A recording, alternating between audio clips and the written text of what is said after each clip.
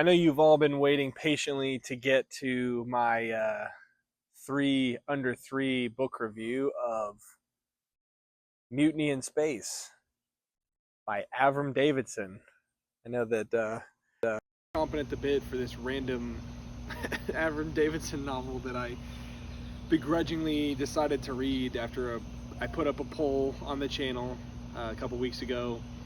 I found 3 books in my collection that have under 3-star reviews, and this was the winner. And I gotta say, it wasn't that bad.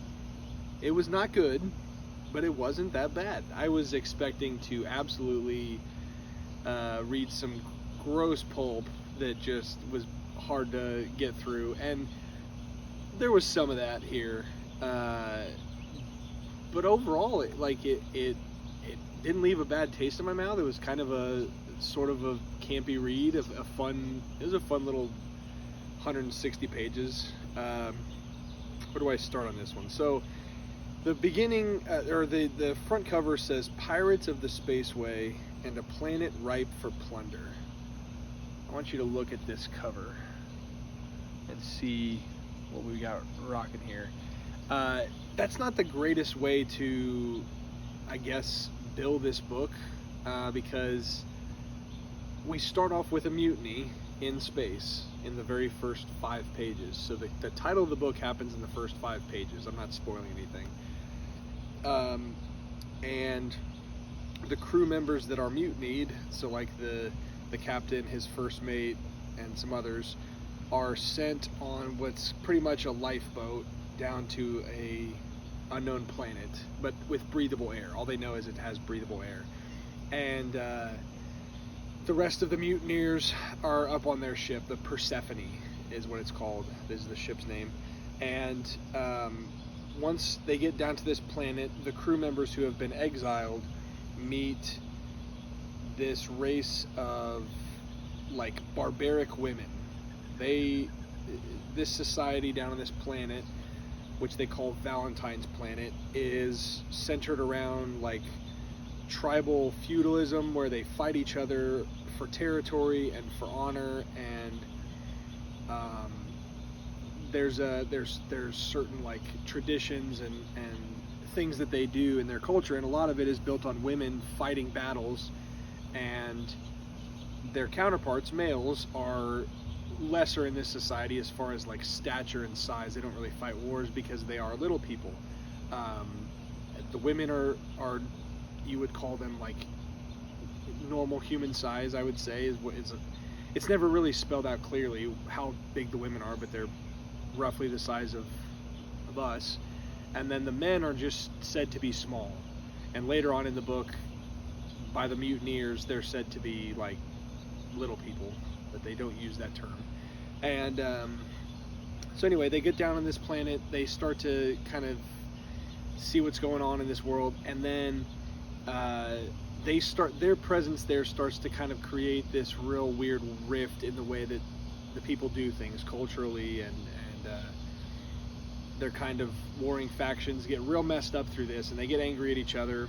And all that the captain and his crew that have been exiled want to do is just get off this planet. But they don't have gas, they don't have fuel. But they start asking some of the people down there where they can get something to make fuel. And they find that they can go to the desert salt lands and get fuel. But they need permission, and they need a group of people to go with them, and yada yada. And so it unfolds in this very weird, like the mutiny in space happens in the beginning, and then the rest of the book takes place in this planet, where we have it follows a couple different characters, but our main character's name is Jory. He's the first mate, and that's all I can really say, I guess, without spoiling anything. So spoilers are here. From here on, I'll talk more specifics about where the book actually leads. The Persephone, the ship, comes back down to the planet. Not back down, but it comes down, and the mutineers, kind of pillage and take over this society, take advantage of the women, and do some pretty awful things. And Jory and the Captain Rond, kind of group together with these women. They find the most powerful woman and her people, and the king, who kind of serves as just a figurehead, and they fight back against these men. And there's this section where Jory goes in and the strongest woman, her name's Dame Hannah, she's captured by the mutineers. Jory goes and gets her, and rescues her, and that's a fun little sequence, because we get to see kind of what the mutineers have been up to, and they just, all hell has let loose. There's no one in charge. They're kind of aimlessly wandering about. And yeah, the end of the book was the last chapter took a long time to finish. It was like 20 something pages out of a 160 page book, and this is after the Persephone and the mutineers have been defeated, essentially. They try to take off, and one of the lifeboats hits them, rams them. And the guy who takes the lifeboat and sacrifices himself. Yeah, one of the characters. Yeah, he sacrifices himself to destroy the Persephone and kill a bunch of the exiled people, or the mutineers. The book ends with this long chapter where they're wrapping up, and you think everything's done, and there's a nice little bow that they're going to tie on it, but they encounter 3 of the people that were originally mutineers, and they're left behind from the crew, and so they try to talk themselves out of a lot of their actions that they choices that they made, some of the awful things that they did. And it's this real, it's a strong punctuation to the end of the book, where it meanders for a lot of it, and it's very plot driven, and nothing's really being said. But the last 10 pages or so, when we see the fates of these 3 men, and their actions are deemed not okay, and they try to get out of it, Jory decides for them. He's like, no, you guys, you chose to do what you did, and we're not going to have that anymore. So the final 10 pages kind of puts a stamp on it, as far as saying something. And most of the book isn't saying anything real deep. It's a fun, like I said, it's a fun campy story for a lot of it. A lot of it is very clunky. A lot of it feels very much like filler. Strands of the plot really don't take time to develop.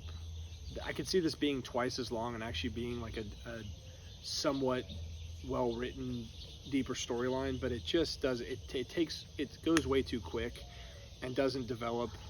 The writing is just kind of there's nothing special about it, but one note that I kept seeing that would recur in here was opposites. How do you say, a paradoxical statement that was made that was opposite, where it was somebody would say you can do this until you can't, and you can't do this until you can. And it was this weird paradoxical statement that happened 5 or 6 times, and it didn't really ever bear out to anything significant, so I just didn't really see a point for that. But I'm just kind of trying to give you everything that I got from this at this point. I don't have a whole lot more to say. I'm glad I read it, because it took me I read it in 2 sittings, and it was an easy read. And I'm glad I took the plunge on something that I almost tried to find a bad book, so to speak, because I've read a lot of great books that have been heralded by a lot of people, and I just wanted to see if I could just what the experience would be like, just grabbing a very unknown book by somebody who I've heard a lot about, Avram Davidson, being a relatively famous author of that time period, and just see what happens. And I'm glad I did. I think this is a solid 5 out of 10. It's not really, unless you have nothing else to do and you want to just try it out just cause, it's fine. I can see why it got the 2.7 or something on Goodreads out of 5. It's nothing special, and I don't want to say it's not worth your time, but you be the judge. So anyway, that's all I got for this video. I know it was short, but for those of you that voted for this, thank you for participating. That was a lot of fun to just engage with you guys in that way, try something new. So maybe I'll do this again, and maybe this time we'll do like 4 over 4 or something, and I'll find 4 books in my collection I haven't read with 4 stars and above, or something like that. I don't know. We'll try something new, and I'll continue to experiment in how I engage with you guys. But thank you so much for watching. That's been Mutiny in Space by Avram Davidson. A book that I will probably never return to, but now you know. Now you've heard about it. So thank you for watching. Appreciate you as always, and I'll see you in the next video.